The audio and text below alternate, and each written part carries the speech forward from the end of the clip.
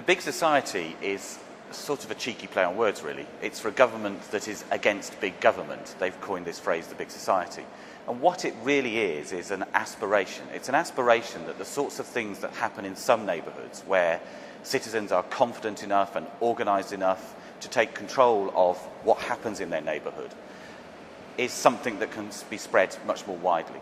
So it's a belief that that the more we take responsibility for what happens to us and what happens to our neighbours, the better choices we'll be making and the better choices government will be making. And it's a belief that that can happen more widely than it does now. Podnosh is a business that sets out to change the way the public and the public sector talk to each other. And we mostly do that using social media and using the internet. So there's a couple of things. We do a whole range of work. There's a couple of things we're very involved in. We set up and ran the first social media surgeries, and these are processes where people who understand the web will sit next to local community and voluntary organisations and show them how they can use the internet to organise, to collaborate, to hold power to account, to tell the stories of what they're up to have a voice and to influence. And social media surgeries are sort of in some ways very big society because they are deliberately lightweight. We don't look for rooms where you have to pay. You can run them in a cafe. Somebody turns up to get help and they buy themselves a cup of tea or a cup of coffee rather than expecting somebody to have laid it on for them. And nobody's saying there's a particular curriculum. You just get two people, one with knowledge, the other one seeking knowledge, sitting next to each other and working together. So it's about collaborating and it's about sharing. And those are now spreading all over the country and all over the world. So they're started in India recently, they're in America, they're in Australia, they're all over the world and all over the country.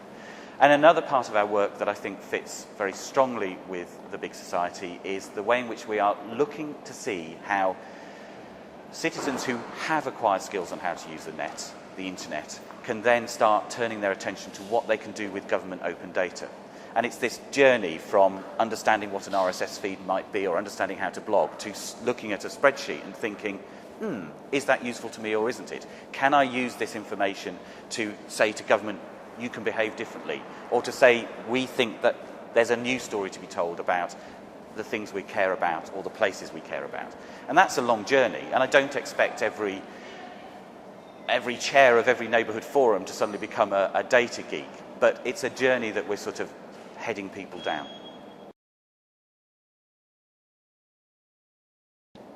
Most of our work relates to government. So when we are supporting and encouraging and teaching third sector organisations, we're making it easier for them to hold government to account. We're making it easier for them to sometimes do the work that we used to think government needed to do.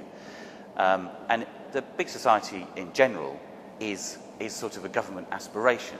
What they're saying is we can't afford to do this all ourselves anymore. So now we need to share, or clearly share, the responsibility of doing it. So the two are completely intertwined.